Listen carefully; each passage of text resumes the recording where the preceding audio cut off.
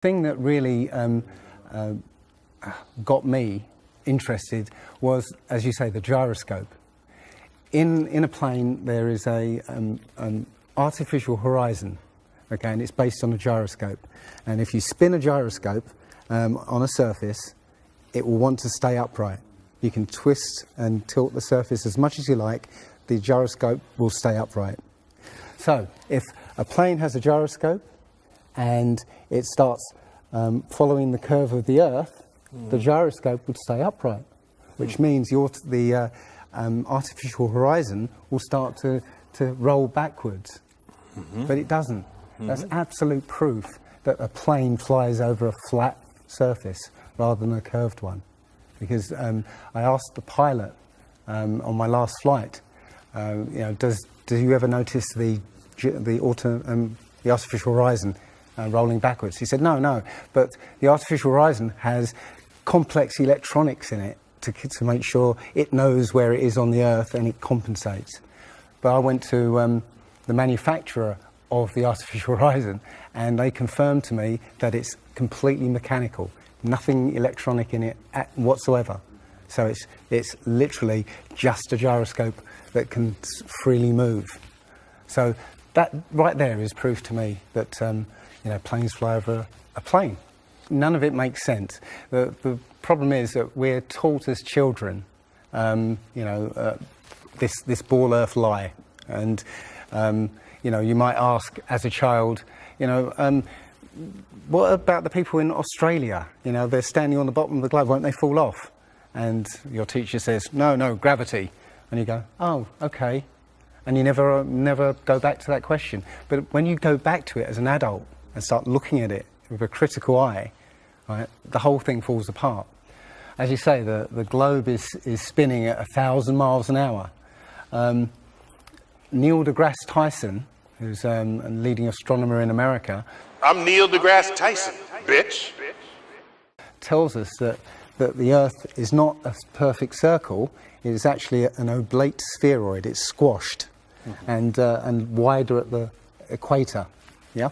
So Earth, throughout its life, even when it formed, it was spinning, and it got a little wider at the equator than it does at the poles. So it's not actually a sphere, it's oblate, and officially it's an oblate spheroid.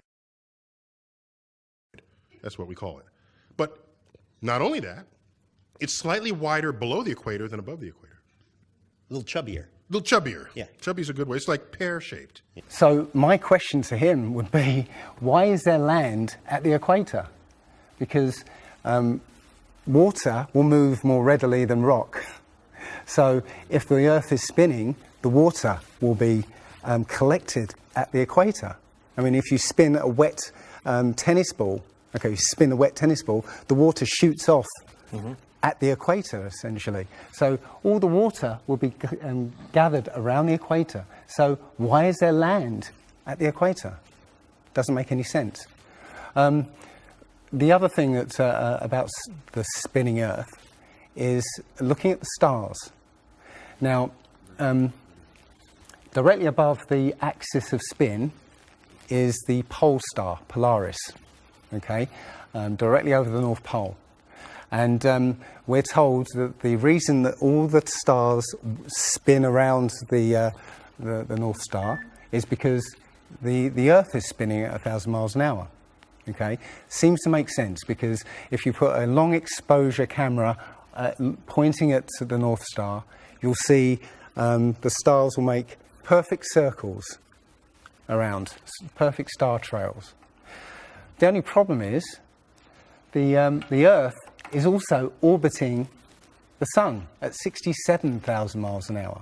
Okay, the Sun is moving, dragging the Earth and all the planets up that way or that way at 600,000 miles an hour. So why do we see perfect circles? Because that's the slowest speed, that's slowest motion in that mix. And yet the Earth is moving 67 times faster that way and 600 times faster that way. So you should see the stars do all sorts of strange motions, but you don't. You only see them make these perfect circles. that tells me that it's the stars that are moving, not the Earth.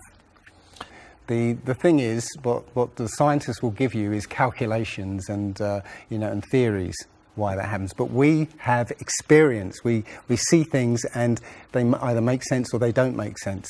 What the scientists do is substitute our common sense and our intuition for calculations and theory, and we're supposed to believe the calculations rather than what we experience ourselves.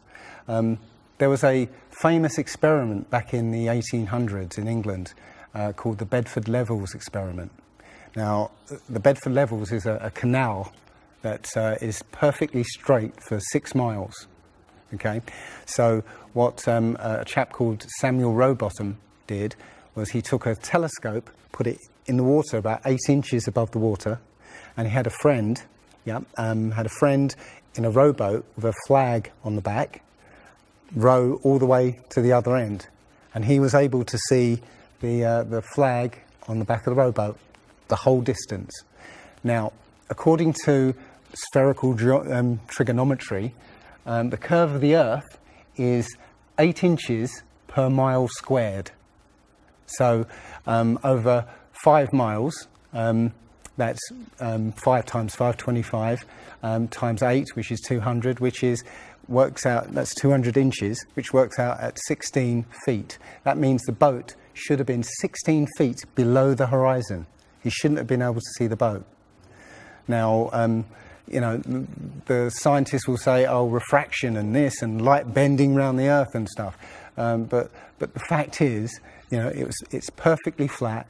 And he in his book, he puts forward many arguments that show that, or many experiments that show the Earth is always perfectly flat. They say that you see the mast, go down last.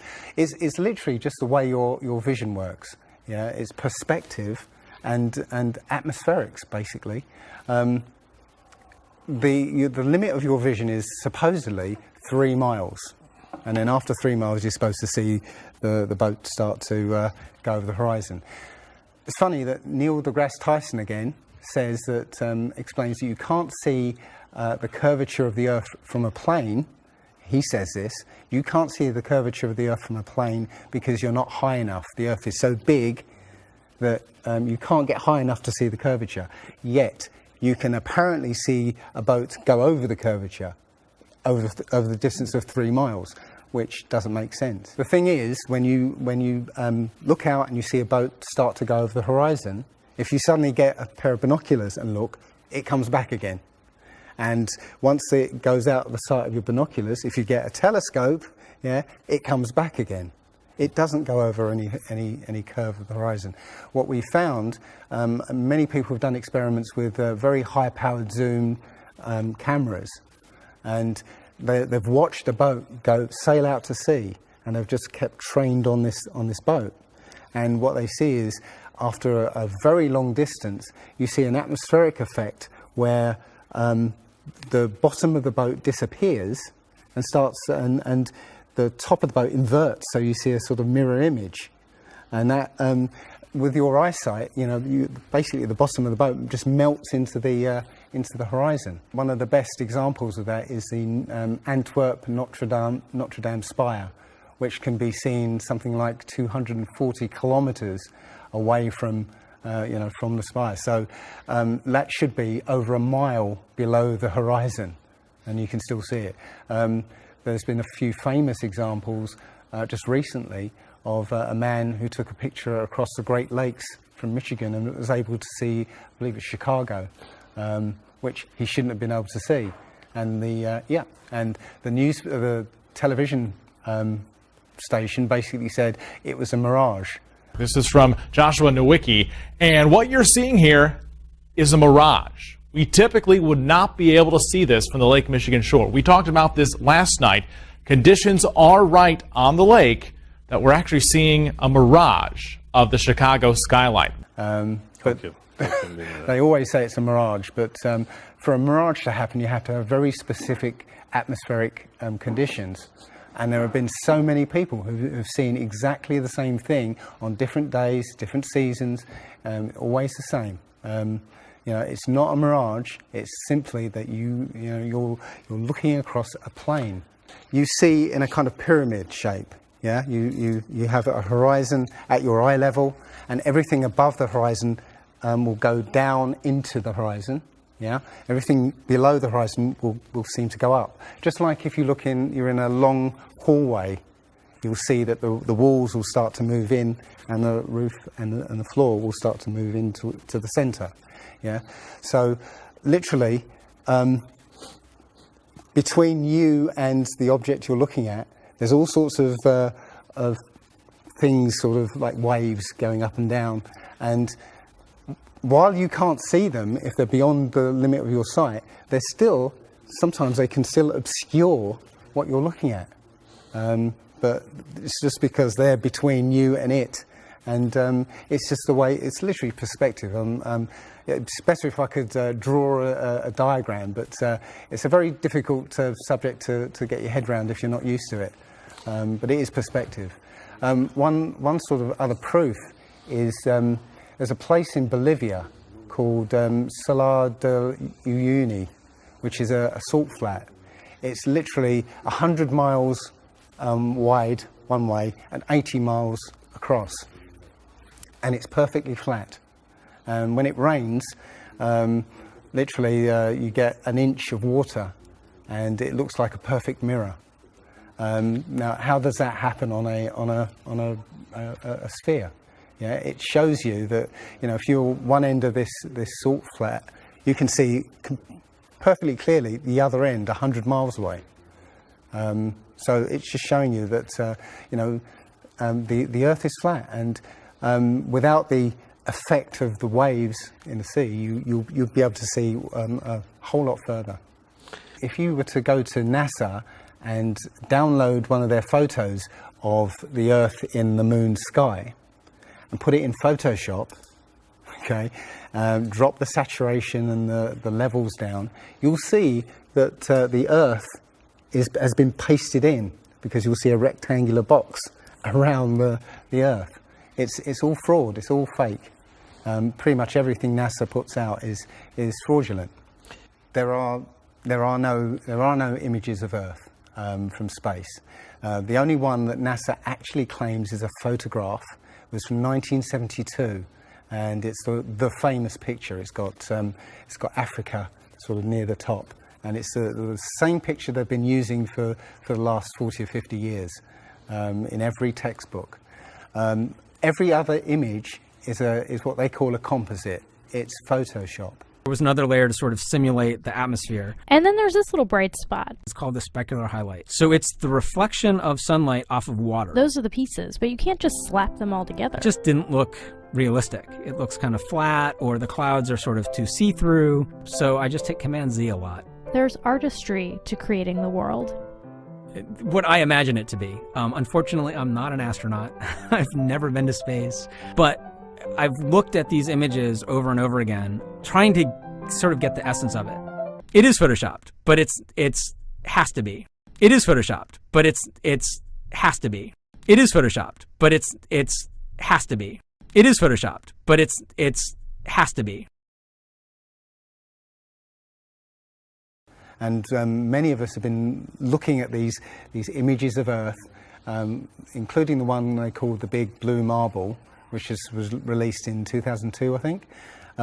Again, when you zoom into it with Photoshop, you'll see where they've used the clone tool in Photoshop to take a picture of one of the clouds and stamp it in various places around the picture.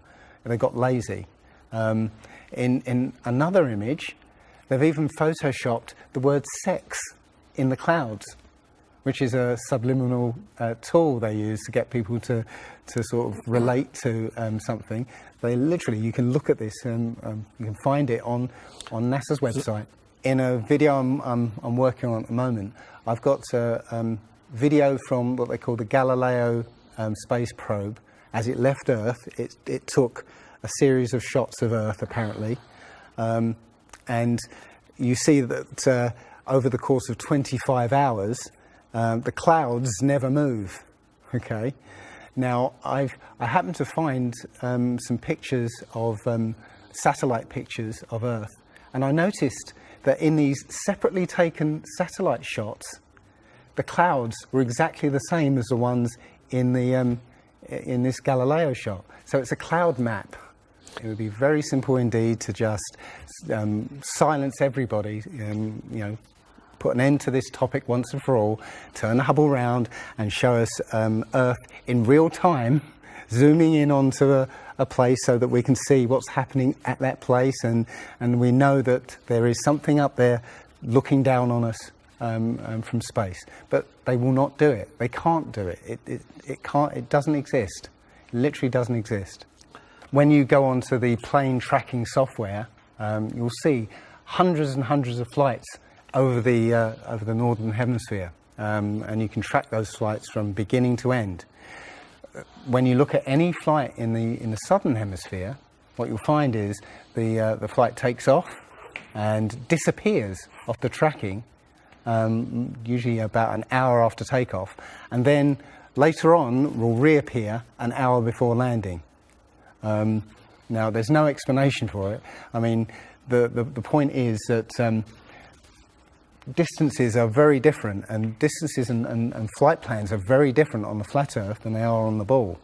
And when you look at flights in the southern hemisphere, they make some really crazy, sort of deviations.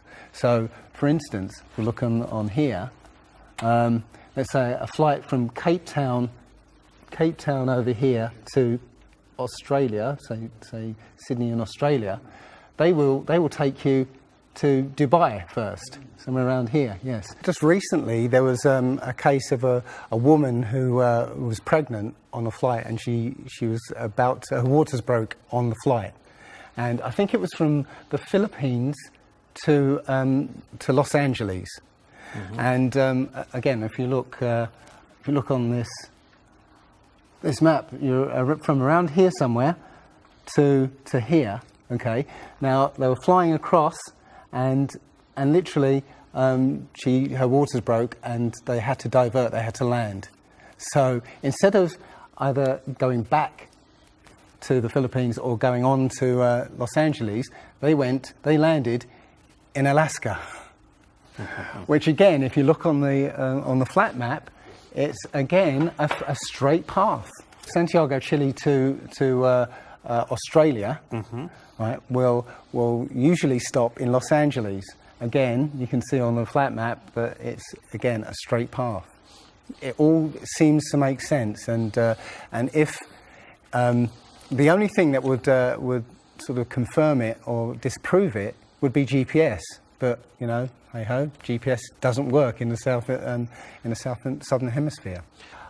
This is an issue because there have been a few people who said they've taken flights that have taken only 14 hours, and they're direct flights from Australia to South America.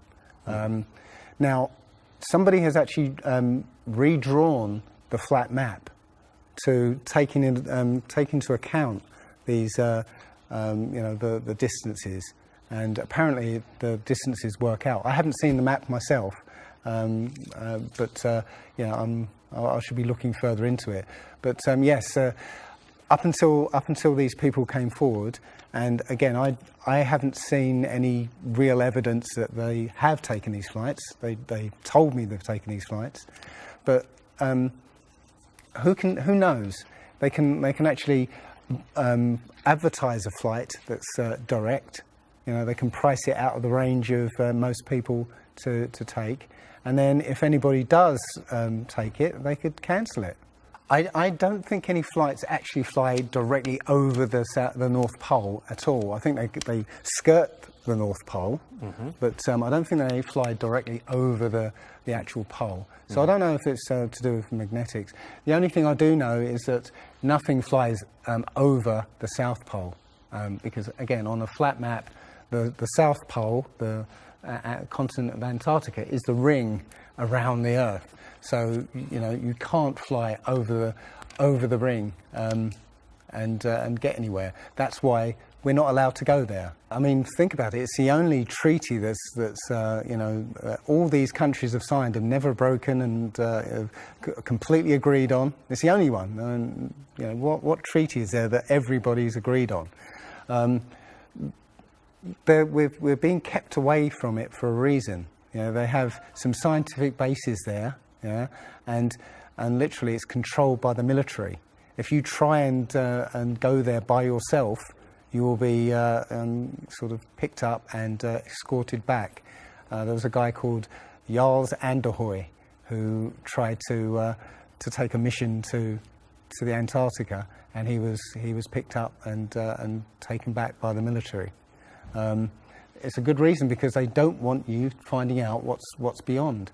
Admiral Byrd he actually did four expeditions, and most of them were military expeditions with huge military groups. Thousands of people, planes, boats, the works. And yes, he confirms in an interview that he discovered a continent as big as the continental United States out there, that was with warm water lakes and mountains and everything, that was completely uninhabited. And he described it as the other side of the South Pole to Middle America. So on the globe, that means it would be somewhere in the Indian Ocean. There's a huge continent that nobody knows about. So yeah, there's more going on than meets the eye.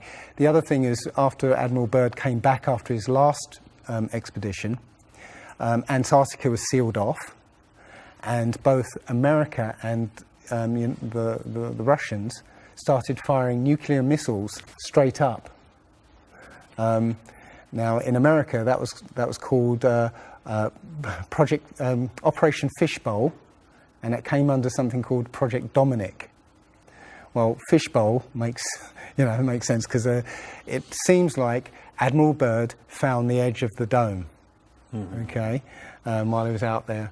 And as soon as he left there, they started firing missiles straight up, I believe, to try and test how far that dome went. If you look at the footage of these explosions, what you'll see is an explosion. Well, when a bomb goes off in midair, it's a fireball. It expands in all directions and mostly up. Okay. Now, if you look at these explosions on Operation Fishbowl, they explode outwards in a ring, which means it's exploding against something, because it can't rise with the heat. So it's exploding against something and exploding outwards. Okay, and the middle of the explosion, you'll see it glows, hot, and then it cools over time. So it looks to me like they were exploding against a dome.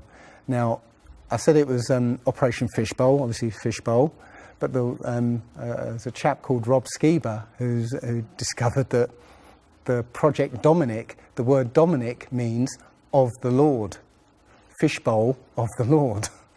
So I believe they clearly know that we're in an enclosed system, and Admiral Byrd found the edge, and they've tested to see how far it goes up. They will also say that if a sniper is trying to hit something a great distance, a couple of miles away, they have to take into consideration the spinning of the Earth, because they say that as the bullet leaves the muzzle of the gun, it's now independent of the rotation of the Earth. So, the Earth will spin away from where the bullet, and you have to take that into account. They say that about artillery shells as well, that it's not true. If that was true, a sniper would have to spend ages and ages calculating how to make that shot, and they don't. They literally take into consideration the wind and the elevation, and they don't take the Coriolis effect into consideration at all. Also, planes. If that works for bullets, if bullets, as soon as they leave the Earth, they're now independent of the spin, then why doesn't it work for planes? Yeah. There's a video on YouTube that actually tries to explain that the Coriolis effect works by using the example of a paper plane. You have to throw it. If you throw it north, the Earth will spin and the plane will land sort of east. But if you take the idea of a real plane, a plane would have to aim north to go east in that case. But that's not what happens. And if that was the case as well, planes would have to land on runways that are moving. And that would be impossible. But how is it that you can take a flight from London to New York and it will take exactly the same time as a flight from New York to London? Yeah, one's with the spin of the planet and the other one's against it. So it doesn't make sense. They'll say that the whole atmosphere is moving, yeah, with the planet, but that doesn't make sense either, because the atmosphere, say it's that thick, the top layer of the atmosphere will be moving slow, and as further you get in, will be moving faster. How, if everything is moving like that, how do you get a light breeze that blows against the spin of the planet? How do you get a breeze that goes from north to south? It just doesn't make sense. And again, science will give you calculations and esoteric ideas, but you can go out and look for yourself, and you'll see what makes sense and what doesn't. The other thing is that we have senses to be able to sense acceleration. Yeah, you get in a car and somebody puts their foot down, and you get thrown back in your seat. You can feel the acceleration. Yeah, you can feel changes, very minute changes of acceleration.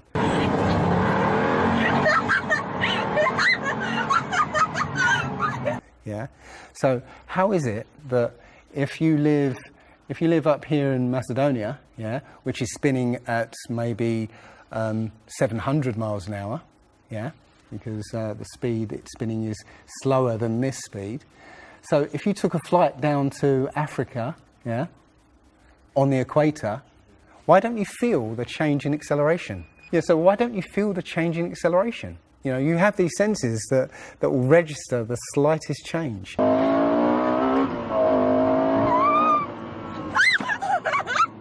Yeah, but you get off the plane there and you don't feel dizzy, because now you're moving a lot faster. So no, it doesn't make sense.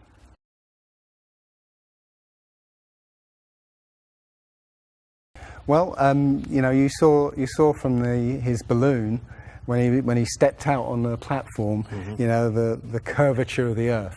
Yeah, it looked very obvious. Oh, everybody pointed it and said, "Oh, look, there's a curvature." But when you actually looked at the ground, when you looked at the Earth, well, it was New Mexico. That's where he jumped. The whole Earth that you saw there was New Mexico. So if that was a curvature, the Earth must be very, very small indeed, and New Mexico must take up a huge part of it. Yeah, it was a fisheye lens to curve that, to make that curve. And when he jumped, it took I think it took him like 2 hours to get to that height. Yeah, he went straight up. In that 2 hours, the Earth should have rotated away quite a distance, but I think he only landed something like 70 kilometers away from where he sort of went up in the first place, and that can be attributed to the wind. So no, I mean that there's no proof whatsoever. There is so much to this. As I said, if you start looking and asking questions about the very basic things, you'll find that the answers you were given as a child just do not make sense.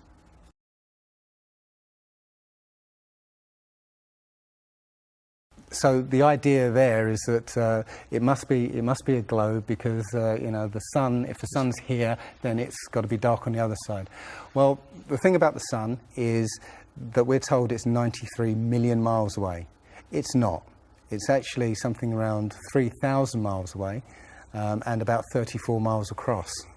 That might sound really crazy, but if you look at look out on a day that's got broken cloud, you'll see that the sun rays will come out at an angle. Most people have seen this.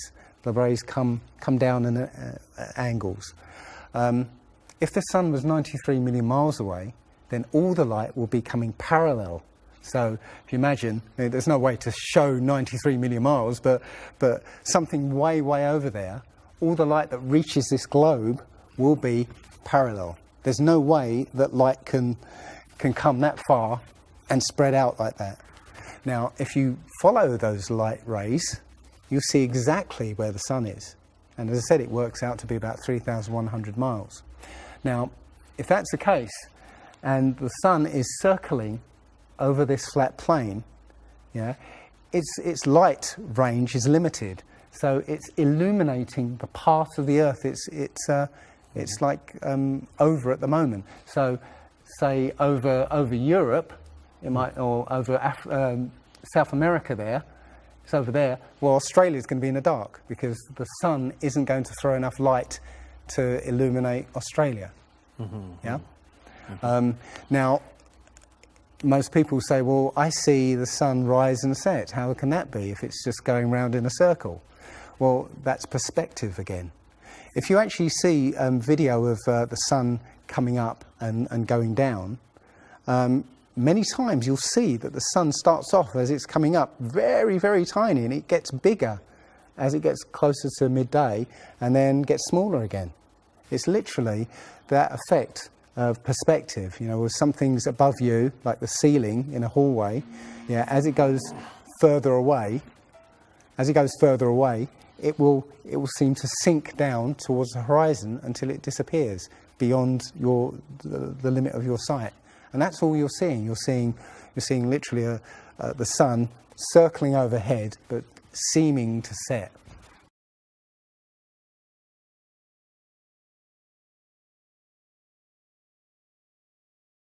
There was a team in California that launched a rocket 75 miles up. And you can find this video on YouTube. It's difficult to watch because the cameras, there were 7 cameras on this rocket, and it was spinning as it went up, so it's very, I say, difficult to watch.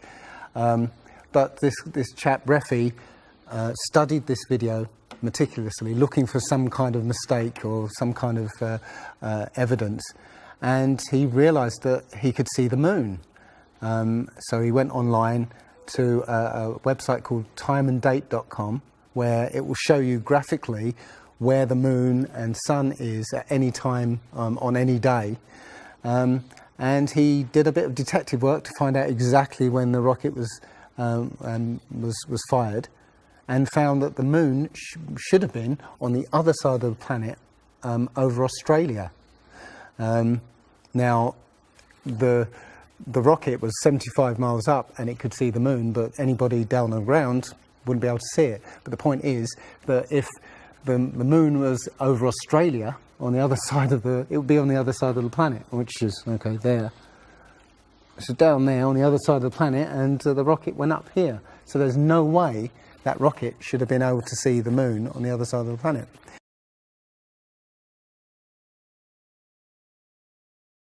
If you watch the trajectory of the space shuttle, it doesn't go straight up.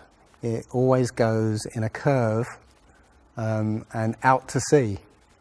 The point is that they actually go horizontal. The space shuttle goes horizontal. It never goes any further up. It goes horizontal, very, very low down in the atmosphere, because it drops its external tank while it's still in the atmosphere. So, you know, it's still in the atmosphere while it's horizontal, so it never gets any higher, and it goes out of sight, not because it goes too high, because it goes too far downrange. And it seems that nobody's ever on the space shuttle, and the proof of that is the Challenger disaster. In, I believe it's 1986, the Challenger exploded just after takeoff and killed 7 astronauts. But it turns out that 6 of the astronauts are still alive, and most of them are using their original names. And you can find pictures of them. They're using the same names, and they're doing ordinary jobs now. Teachers, lecturers, lawyers, whatever. But they're still alive. I think it's a mock-up. I think it's an empty shell, and literally just dishes in the sea, out of sight. and they have a plane that's mocked up to look like a space shuttle, and you can see whenever the space shuttle lands, you can hear it. It's a loud jet engine. You watch any video of the space shuttle landing, you can tell it's a jet engine. It's a jet-powered aircraft. That's it. It's not a glider. In my video, I show you a glider, how that seems, and then I show you the space shuttle, and yeah, it's not a glider. It's an aircraft, and that's what they're fooling us. They're taking billions of dollars in and giving us images and fake planes for that 10 billion, you know, however many billions of dollars it is. That you've got the external tank and the space shuttle. Yeah, it's like horizontal at this point, and then they drop the tank. Okay, now the space shuttle isn't powered at this point because the tank has all the fuel. Yes. Okay, so when the engine stops, the tank is dropped. Basically, the space shuttle and tank should follow the same path because neither of them are powered. They should both fall in the same way. Now, because the tank has all the fuel, those pods on the back of the space shuttle aren't fuel tanks. They have a very, very small amount of fuel in there for orbital manoeuvring. But from this point, which again is still in the Earth's atmosphere, because the tank, you know, is falling there, it now has to go from there into orbit. They haven't got the fuel there to insert it into orbit.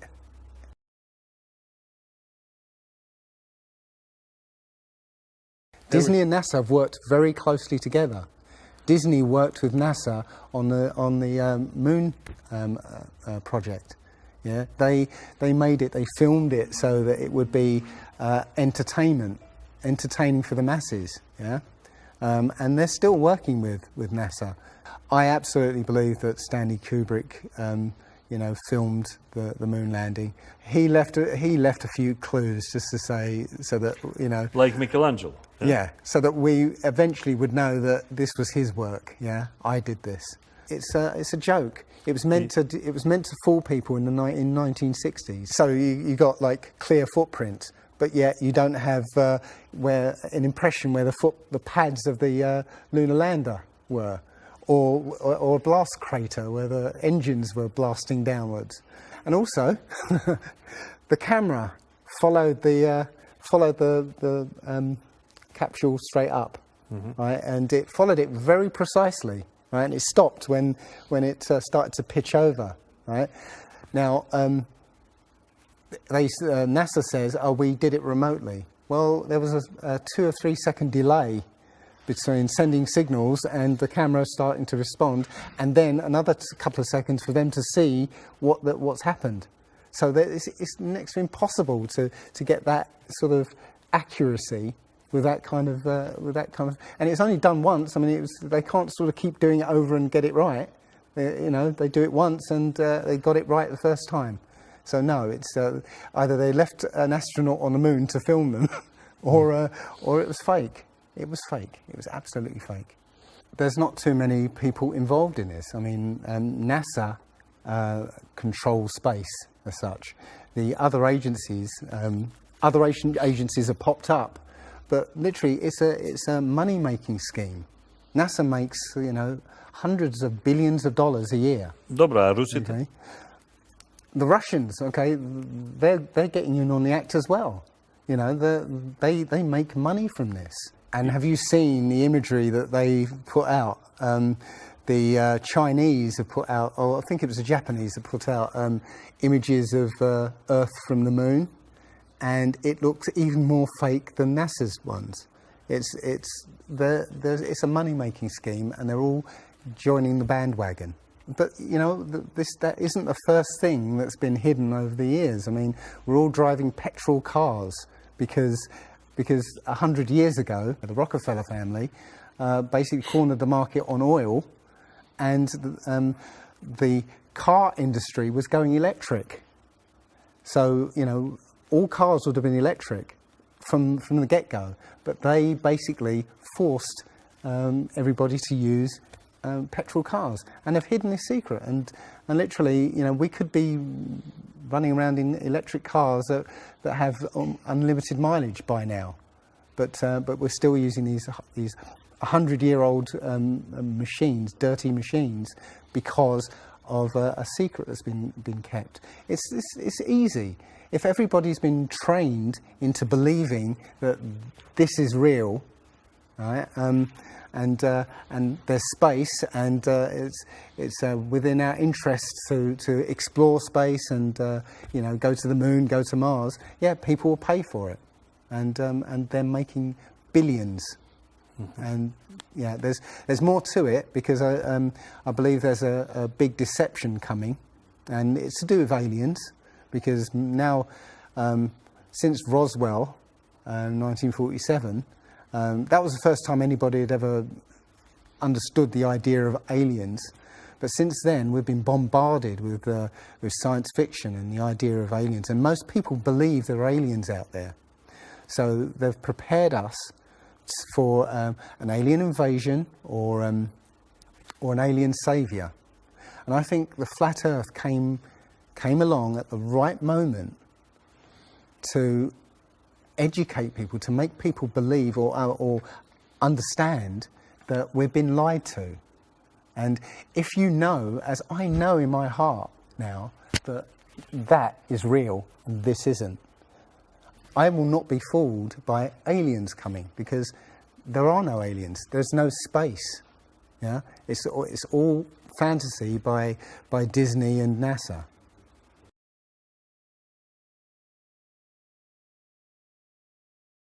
Well, the Bible has a very, very clear view of what this place is, and it matches that place more than it matches this. Okay, and what it says is the great deep is under it, just water. It's just deep water, and above the firmament is water. And you know, it says in Genesis that he separated the water below from the water above, and made a space, and then made dry land appear out of the water. So what's under the flat Earth? Well, it's water, and it just goes on. Again, I don't know for sure, because I've not been under there. I don't know what's past the outside of, or the you know, the first few hundred miles of Antarctica. But everything I've seen over the last year and a half tells me that is true and this isn't. And I'm starting to believe and trust my intuition about this.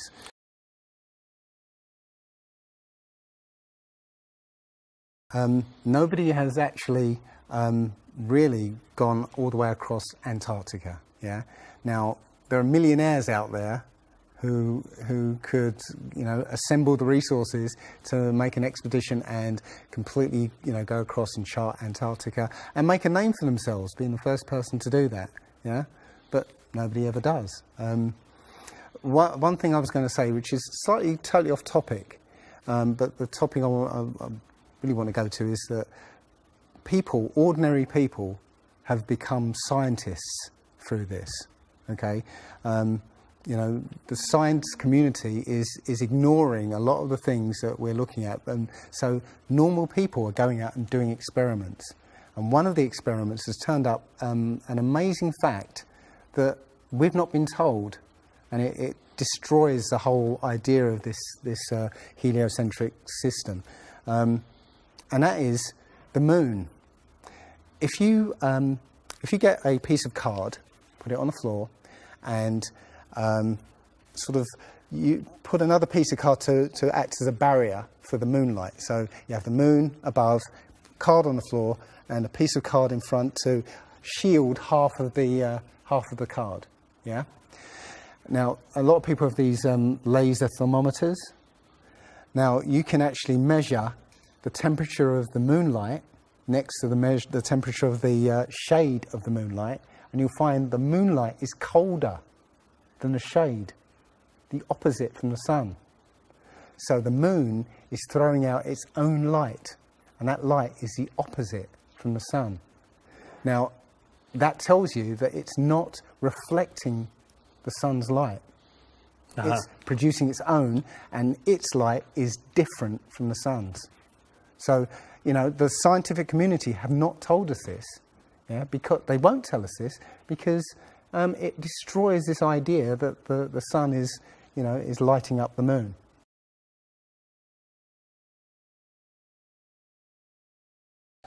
This world is very different from what most people think it is. There are very powerful people who essentially rule this world right now. And the ordinary person is a slave in this world.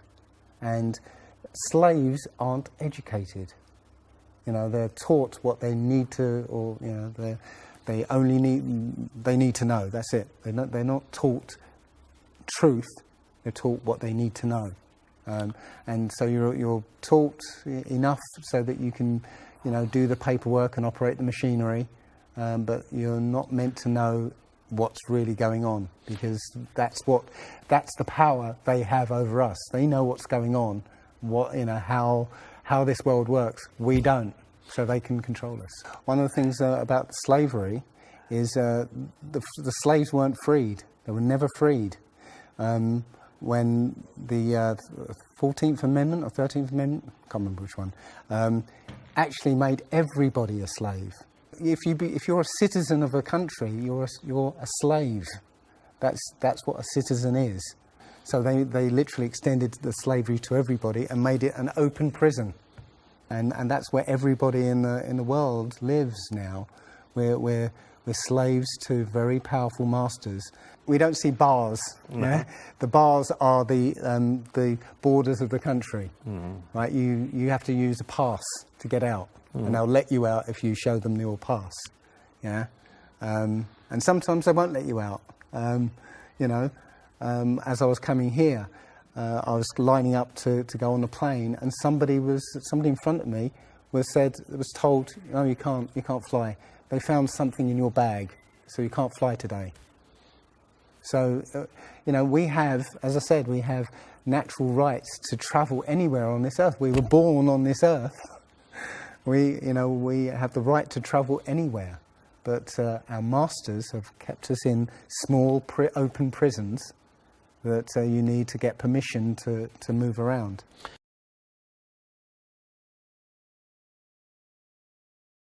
This idea that, billions of years ago, nothing exploded and then everything came out of that nothingness, ridiculous. But they try to make you believe that the idea that a supreme being, a creator, created this is ridiculous compared to that idea. I mean, if you look at it objectively, I would lean towards a creator because, there's so much that points to, the fingerprint of a creator. But it's no less ridiculous than nothing exploding and becoming something. In my opinion, the Big Bang theory and the theory of evolution and the ball Earth theory are all interlinked, and they're all there to make us feel as though we're insignificant. We're small, tiny, miniature, unimportant pieces of slime crawling around on a speck of dust in an infinite universe. If that's true, and there's no purpose, there's no meaning to anything, then our owners can do whatever they want with us. Then, this is all accidental, so food can be genetically modified because it's imperfect. We can be modified because we're imperfect. If we realize that this is the universe, and complete universe. Yes, this system is everything. Everything that NASA has put out is CGI, is fake. Okay, people say, I think you mentioned it. If you look out into the universe, you see that the moon is round, spherical, and the planets are spherical, and so why are we flat? Well, how do you know that the planets and the stars are spherical? All you get is, if you look for a telescope, you see a flat disk. If you think you see a spherical shape there, well, it needs two eyes to resolve 3D. If you're looking through a telescope, you can't see anything in 3D. It's going to be flat anyway. So all you see is a flat blob of light. It's only NASA that's given you these beautiful pictures of so-called planets and stars. Yeah. So it's a fallacy to say, well, everything else out there is spherical, so we must be. You know, how this is special. You know, so why? It's like saying a basketball is round, so why isn't the court round? You know, it's a fallacy. So this idea of a ball Earth, theory of evolution, the Big Bang, is all about making us feel nothing, so that we can be used. If everybody realized how special we all are, how unique every single life is, then this whole world would change overnight. We wouldn't allow ourselves to be used by this cabal. We wouldn't allow this planet to be destroyed, because they're destroying it because, oh, it's just an accidental planet, one of millions. We've found other Earths, you know. Eventually, if this one gets too messed up, we'll go to another one. No, this is it. So if we all realise that, then we wouldn't allow all these things that are going on. It's all about control. There are a small group of people who want to control the world, and because there's so many of us out there, you know, they can't control us directly. They can't, you know, this small group of people can't, you know, come round to all of us and control us directly. So they must use our own minds, our own hearts and minds against ourselves. And this is what they've done. They've educated us into this world, into this globe spinning, you know, heliocentric Big Bang evolution world, which makes us nothing.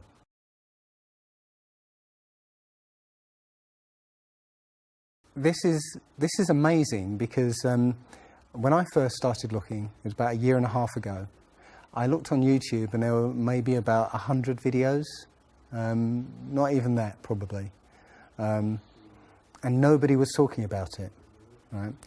And then over 2015, it exploded. There are thousands and thousands and thousands of people looking at Flat Earth now. And what happens is that you'll watch something or read something, and something will strike a chord in your mind, and you'll think, yeah, I've always wondered that. And what will happen is you will start feverishly researching. I mean, what happened to me was, as soon as I got that, I spent every waking hour looking for things and testing things, and this seems to be replicated with thousands of people around the world who suddenly come into this.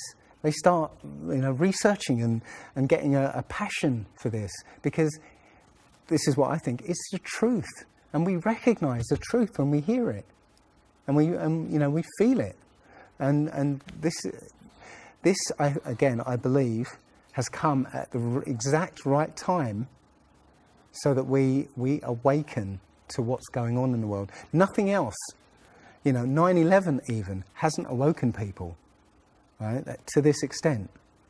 You know, for me, I've been an atheist for 40 years.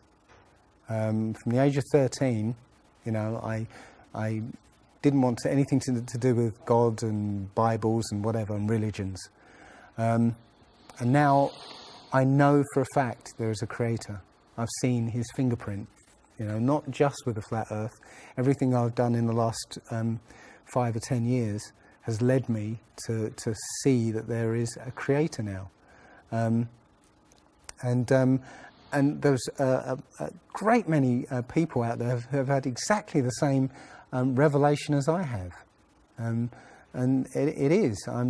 I'm now following the commandments and trying to be the best human being that I can be, because I think it was a guy called Kent Hovind who said there are only two possibilities.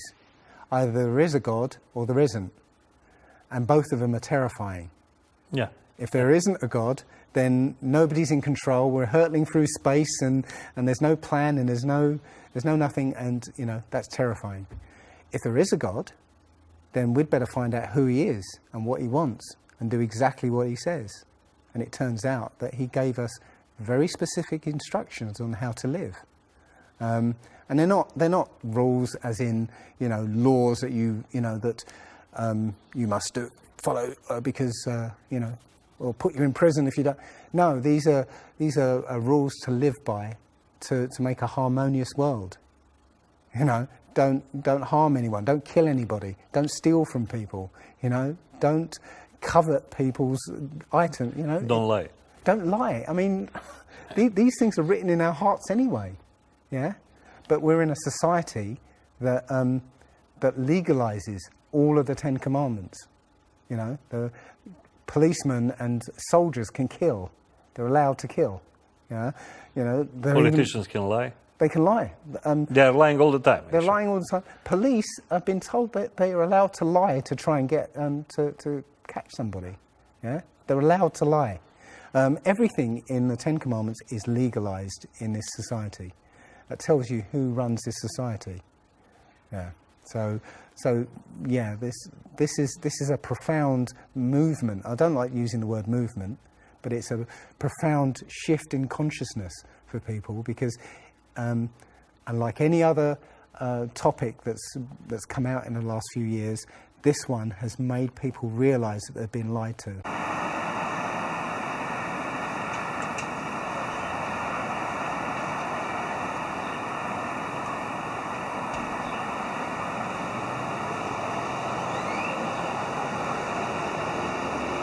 Like the sun's behind that glass firmament.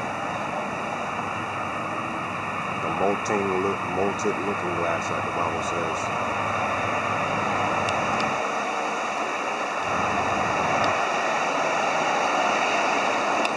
They're going up, and the astronaut thinks he's leveling off this way, going around, when in effect he's leveling off this way, and he goes around in a circle, this, like so.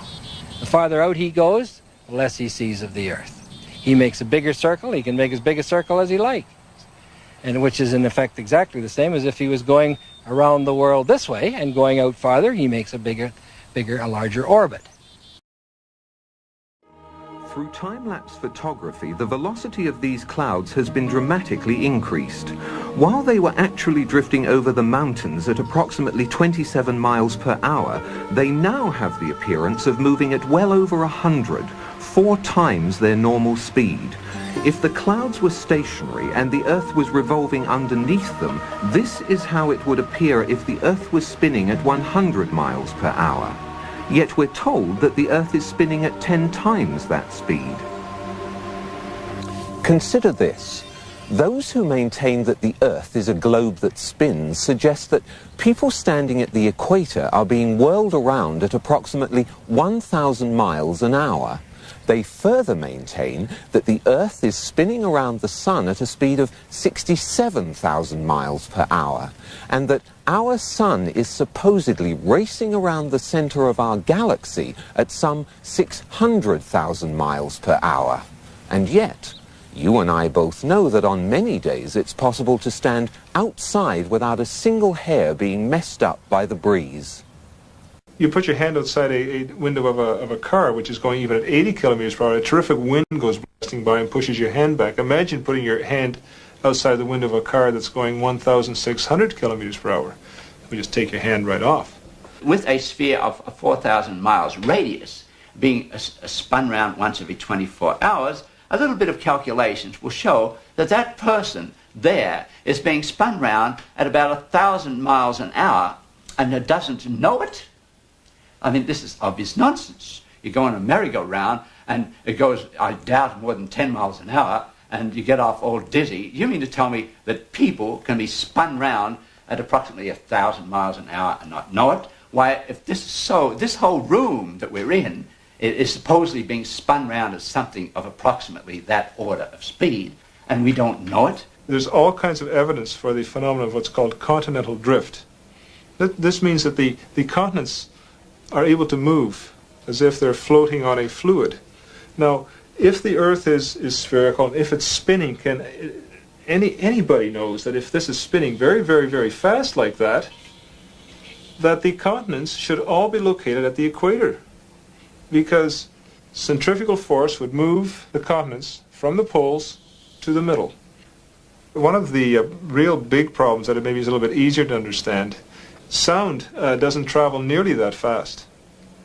So, for example, if you're at the equator and you wanted to shout to warn somebody, it's quite possible they could never hear you, because if you were shouting, say the Earth was spinning in this direction, and you were shouting in that direction, the sound could never catch up to the person who's, of course, being carried away by the Earth. In October of 1929, Andrea again tried to focus the world's attention on the controversy by proving the notion the Earth spins to be absolute nonsense.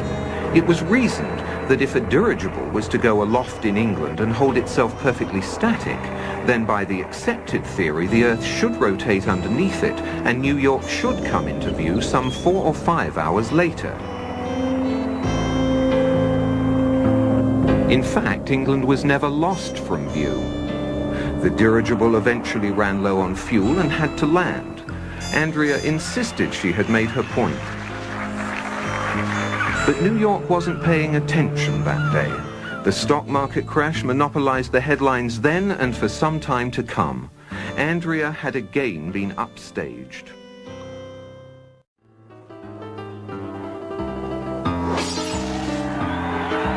By November of 1938, Andrea was prepared for her second attempt to reach the edge. A consortium of financiers were providing her with a plane and a large enough crew to make a legitimate go of it. And so, once again, an optimistic Andrea found herself in Antarctica. And once again, fate was against her. A freak spring blizzard took them by surprise. They were unable to leave base camp, much less make a trip to the edge. The entire expedition was very nearly wiped out.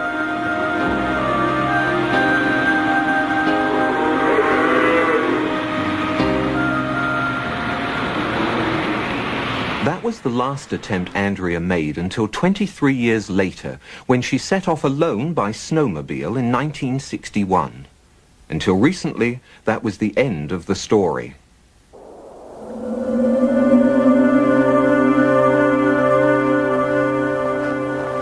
Early this year, a researcher stationed in Antarctica to study weather patterns found a snowmobile partially buried in a snowbank. It had run out of fuel and there were no signs of Andrea anywhere. But he did find these, a camera and a note. The note says only, "I have been there. The debate finally comes to an end. Signed, Andrea B." It had survived the frozen elements for nearly 30 years. Unfortunately, the researcher inadvertently opened the camera, exposing the film inside. Any pictures were lost, and Miss Barnes' trip is still very much shrouded in mystery. There was no description of what she had seen or how far away it was. But if we are to believe the note, then Andrea Barnes was very likely the first person in history to visit the edge of the Earth.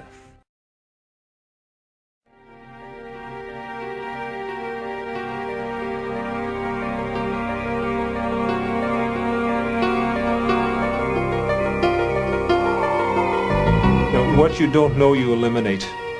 And that's, in my opinion, is what the globular Earth theorists have done. They've just eliminated what they didn't know. The more honest approach is the flat Earth approach, where you say, well, we don't know what's at the ends, but the ends are there. Little video of the sun and the moon, something rather strange. There's a bit of a flat horizon there. What you can see here, it's like the Andalusian Mediterranean, is the sun's fully in the sky. And also, the moon is fully in the sky. But we can't see all of the moon. Why is it not full? We're told in mainstream science that the sun's angle to the moon creates the phase. and the moon's completely lit by the sun. So why is that area of shade not lit? The whole sun can see the whole moon in the sky. So it doesn't make sense. I think people are looking into books and televisions more than looking with their eyes, maybe. Also, this phenomena we see, I mean, it pretty much proves the moon's, the sun's not 93 million miles away and the moon's not, 250,000 or something miles away. Or you get a completely different phenomena. They're both probably within 1,000 miles of the humans here on Earth. And no one looks up, really. People don't even look up at chemtrails. There we go, sun and moon in the sky. Both can see each other at a complete straight angle. And the moon's not full.